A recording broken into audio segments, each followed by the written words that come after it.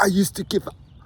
Now I give less. What do I care about success? It sucks. Too much stress. Okay, quoting Jay-Z.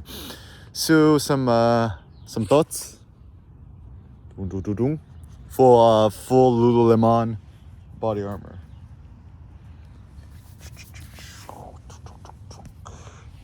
A nice, cold, wet, damp, rainy day in SoCal. Okay, so some thoughts. How to become consciousless.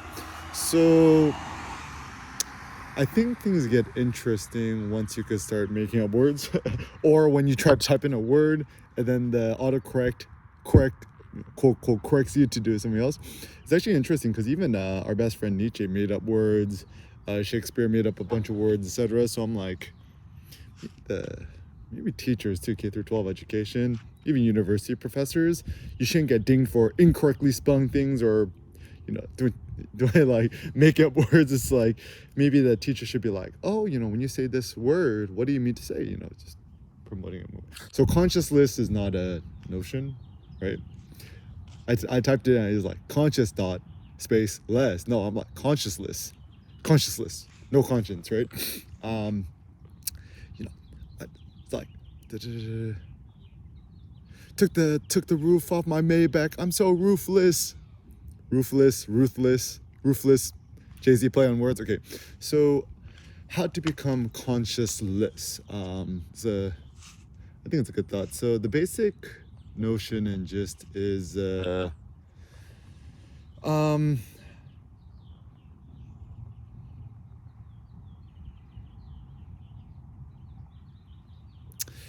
is more virtuous to have a conscious, to be more consciousful, to be more conscientious, whatever, right? I'm like starting to think it's like, man, having too much of a conscience, I think it's actually a bad thing. So my thought about, when modern day people have a conscience, what it actually really is people who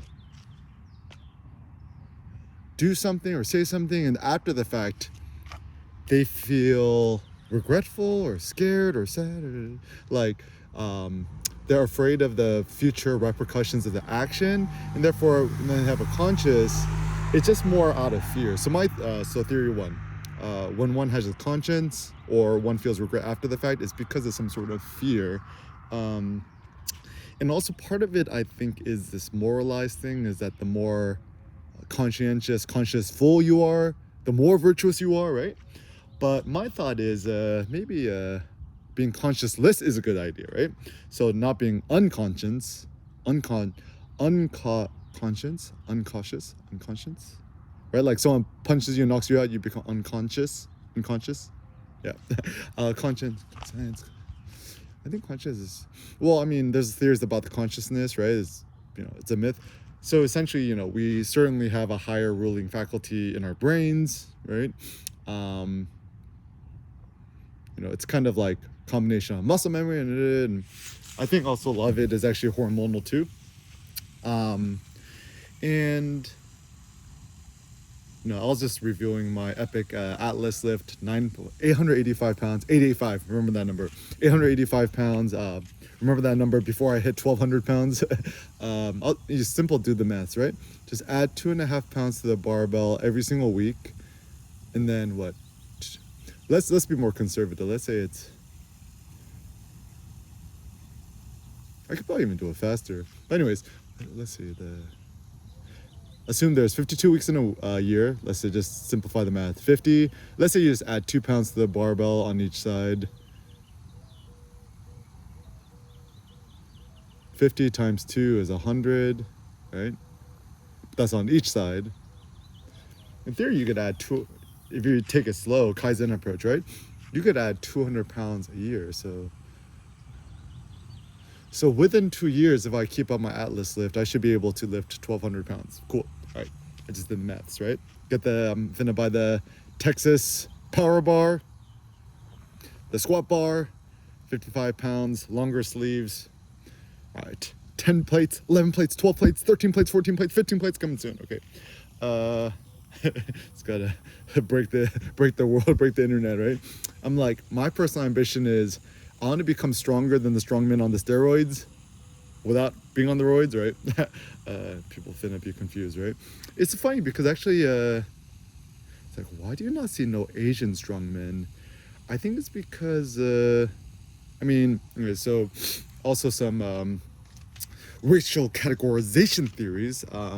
First and foremost, my theory on why people think African American or Caucasian, whatever, is better, stronger genetic potential than Asian Americans is because they just have a longer history of doing steroids.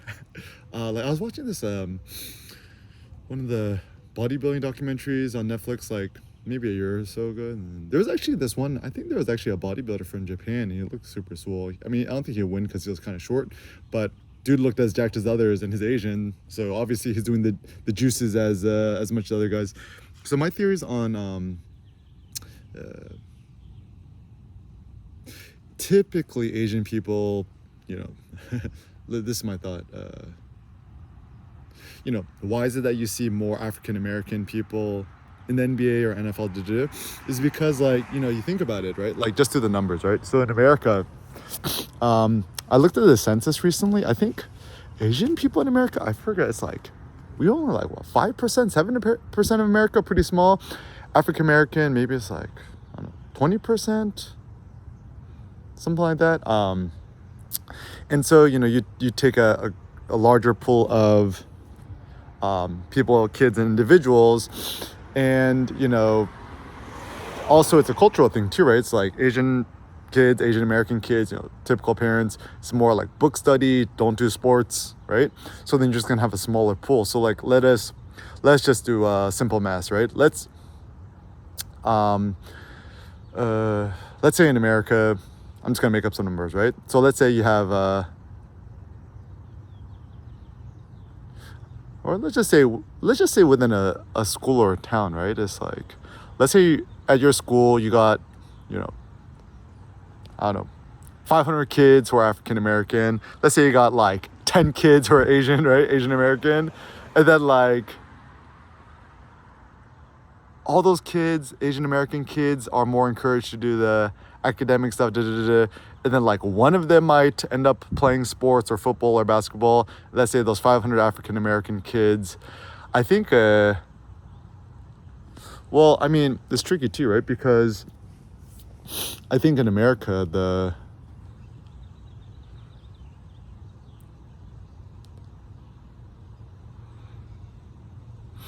I think if you're, in America, let's assume just not Asian Americans, you're not actively discouraged from doing sports. So then, more kids so let's say you got more African American kids playing football and basketball, and then you also watch the NBA, and then there's just more likelihood that some of them will excel more and then end up going to college sports and the NFL, NBA, whatever. Okay. So anyways, what's my thought? So to become more consciousless is, I think the higher your testosterone is, the more consciousless you become. So for example, before I do my epic atlas lift and get my testosterone up, in my second attempt, I'll just like so zone off, just fucking lift that shit, right? And during that moment, it's like totally lose consciousness of everything. And it's funny, it's like so many people are like so in their head all days, right? I'm like, the best way to get out of your head, take out your headphones, take out your earbuds, take out your AirPods Pros Max Pros, but noise canceling your earbuds, right? Take the condoms out of your ears, right? It's so funny because when it comes to coitus, right? It's like, do you want to use a really, really thick condom or like really, really noise canceling? Imagine if there's like a noise canceling condom, right? It's like, no, you want to, most people prefer well, if they had the option, right, to do things raw. And so the funny thing is, like, when it comes to shoes too, right? It's like, why are people putting these like super thick foamy shoes on, like the Hokas and the Adidas Boost things? I'm like what makes no sense. And the same thing with your ears. I think there's so I have a theory. Actually, our auditory or ear sensory is actually more keen and intelligent than our eyes. So like, for example, when I hear a really loud sound, I react quicker than if I see something really thing, right? And actually, the thing that's interesting is that with sound, it's very interesting because you can hear things behind you. With your eyes, you could only see things in front of you. And even Sen, who's, ever since he was a kid, he's actually much more interested in music and making beats. His GarageBand Pro is only 2 years, 2 months. Actually, more so than the visual and making photos and stuff like that too. So why would you cover up your ears? I almost feel like by uncovering your ears, you unleash more power. This is my thought.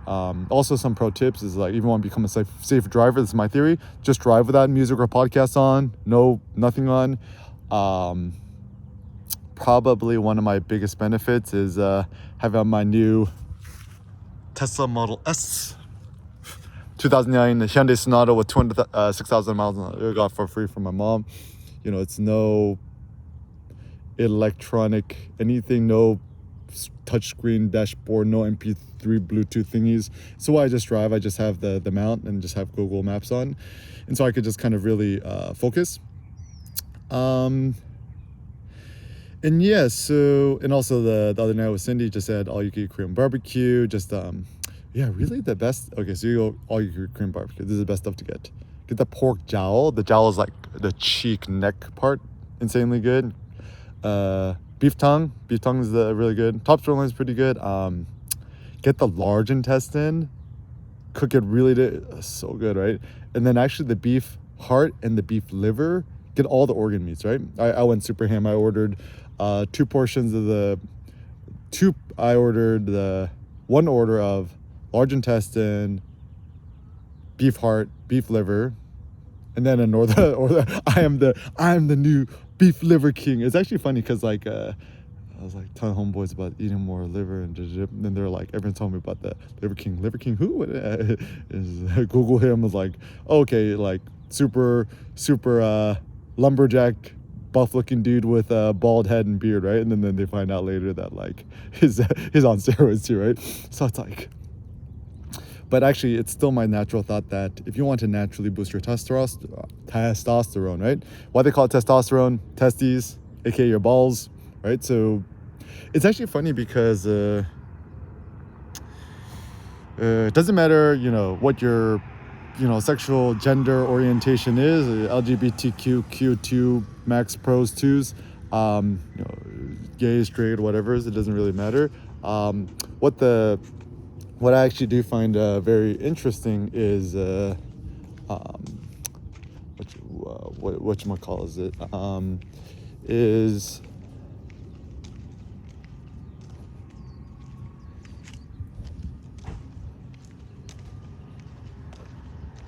so like it doesn't matter if you're gay or whatever, right? Is that like still naturally speaking,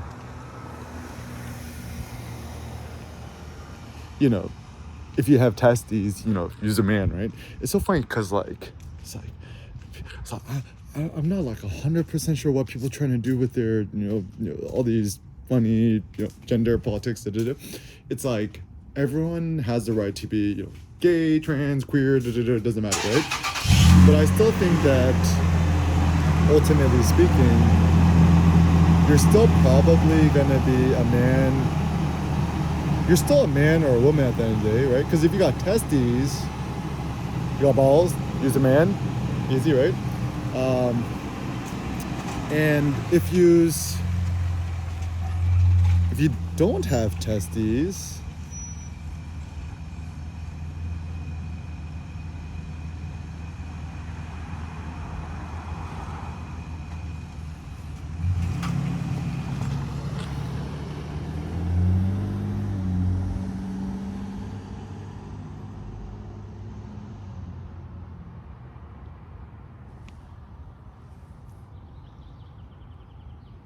then you're not a man, right? So ultimately at the end of the day, you're either a man or a woman, but your sexual orientation is up to you. I mean, it's a free country, you could do whatever you want to do. Also like people who want to do the hormone therapy, I'm like, okay, that's fine. It's actually interesting because I don't know, but like in America there's such a anti steroid culture, and steroid is just any sort of substance, whether injected, orally consumed, I don't know, anally consumed, like rectal suppository that mimics the testosterone in the gym. When people put on the hormone therapy to change themselves to a more man to a woman and vice versa, it's actually interesting because I think I don't think nobody should be doing none of that hormone stuff. I'm like, doesn't seem like a good idea. Like for example, was it that Alan Turing movie? I forget that movie. But then essentially Alan Turing they found out he was gay, and then they forced him to do the hormone therapy, which is like super flawed, and then like it kind of fucked with his brain, and he ended up committing suicide. Super sad. So I'm like, yeah, like let people. I mean, like I don't think we should illegalize it and just like let people still do it if they want to do it, but still, naturally getting your testosterone up is a good idea if you're a man. And it's actually funny too because apparently, I mean, I might start reading it. There's this apparently a new book came out like a few months ago, I don't know, a year ago. It's called Testosterone, right? Because men and women both have testosterone. Albeit men and even apparently little boys have 1,000 times more testosterone than girls or women.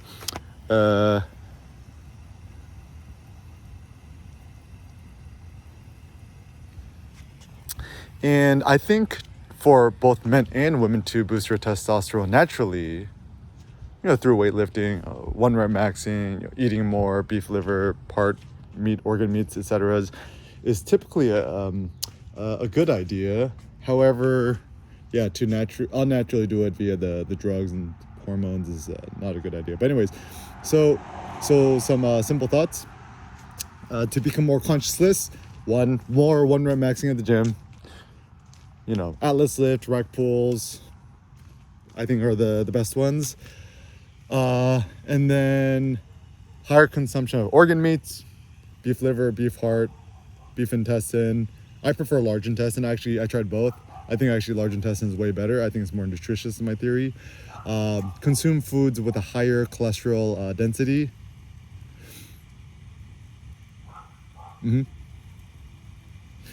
Obviously more sleep. Ideally 8 to 12 hours a night, 14 hours a night if you can sleep that well.